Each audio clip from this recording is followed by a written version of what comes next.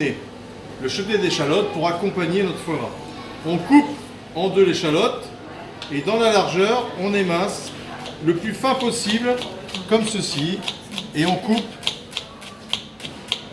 toutes les échalotes comme ceci. D'accord?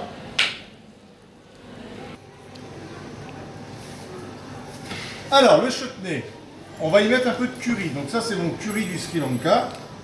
Je mets mon curry directement à chaud, à sec. Donc là, il n'y a rien, il n'y a pas d'huile, il n'y a rien du tout.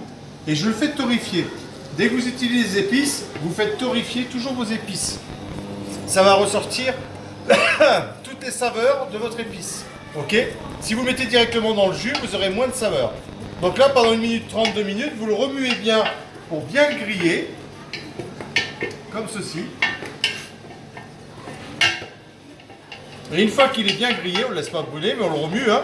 On y met l'huile d'olive, un peu d'huile d'olive, et vous y mettez les échalotes. Les filles, les échalotes.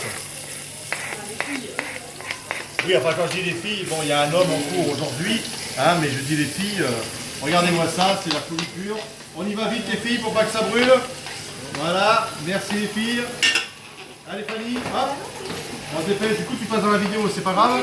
Ah non mais c'est pas grave, tu es d'accord? Fanny, tu es d'accord pour pas parler dans la vidéo? Bonjour Fanny. Ah, voici l'autre homme, regardez, le seul homme du cours, très pointilleux, hein, sur le germe de l'échalote. La mariée, la future mariée quand même, hein, la future mariée. Voilà. Vous pouvez venir ici, ça aurait été plus simple, hein, mais bon, ça c'est autre chose. Voilà, et là on fait revenir les échalotes pendant 2 à 3 minutes. Bien revenir comme ça. Alors, une fois qu'on a bien fait revenir notre échalote, comme ceci, on y met le sucre. On met 1/3 de sucre par rapport à la quantité d'échalotes. On va dire à peu près, si vous avez 1 kg d'échalotes, vous mettez 250 g de sucre. Ok, 200 à 250. Donc c'est un confit entre la confiture et le confit. Hein. Donc on met le sucre, on sale, on poivre de suite. Et alors le chutney, tu peux le faire avec des oignons, tu peux le faire avec des poires, tu peux le faire avec des pommes, tu peux le faire avec des mangues, avec des figues sèches, des abricots secs. Tu peux le faire avec du champagne comme on va le faire là, avec du vin rouge si tu veux qu'il soit rouge, du vin blanc si tu veux du vin blanc. Tu peux le faire au vinaigre également. Vinaigre, tu mets 1/3 de vinaigre pour 2/3 d'eau. Ou avec le vin, tu peux mélanger le vinaigre avec le vin. Et là, on va donc le faire avec le champagne.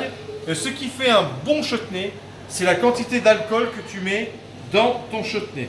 C'est-à-dire, tu vois, chez Bernard Loiseau, ce qui lui avait donné la 3e étoile Michelin, on faisait un chutney de rouge avec un cendre, une petite sauce. Et en fait, lui, il mettait 2 kg d'oignons, seulement 2 kg d'oignons, les épices, tout ça. Il mettait 17 litres de vin rouge, ce qui était énorme. Et on mettait 5 jours à réduire tout ça.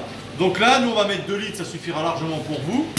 Et on met l'alcool directement et on évapore, on cuit jusqu'à évaporation totale du chutney, de l'alcool. Et jusque-là, on a une espèce de confiture d'échalote qu'on met avec le foie gras sur les petits toasts de foie gras.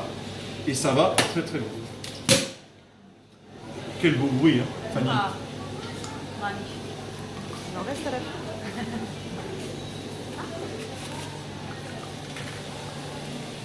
Et bien sûr, toujours sur la fin, goûter. Il est très bon. Donc là, on laisse bouillir jusqu'à l'évaporation totale du champagne. Alors, vous voyez, le champagne est complètement évaporé.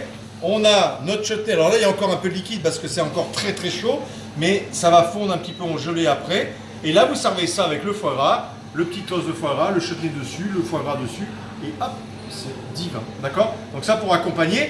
Et si vous faites une échalote, une bavette à l'échalote par exemple, vous mettez les échalotes, vous mettez du vin rouge à la place du champagne, et vous faites votre bavette à l'échalote avec le chutney d'échalote qui a bien fondu. Au lieu de faire sauter vite fait l'échalote, là vous avez une bavette à l'échalote extraordinaire aussi. Ok? Voilà.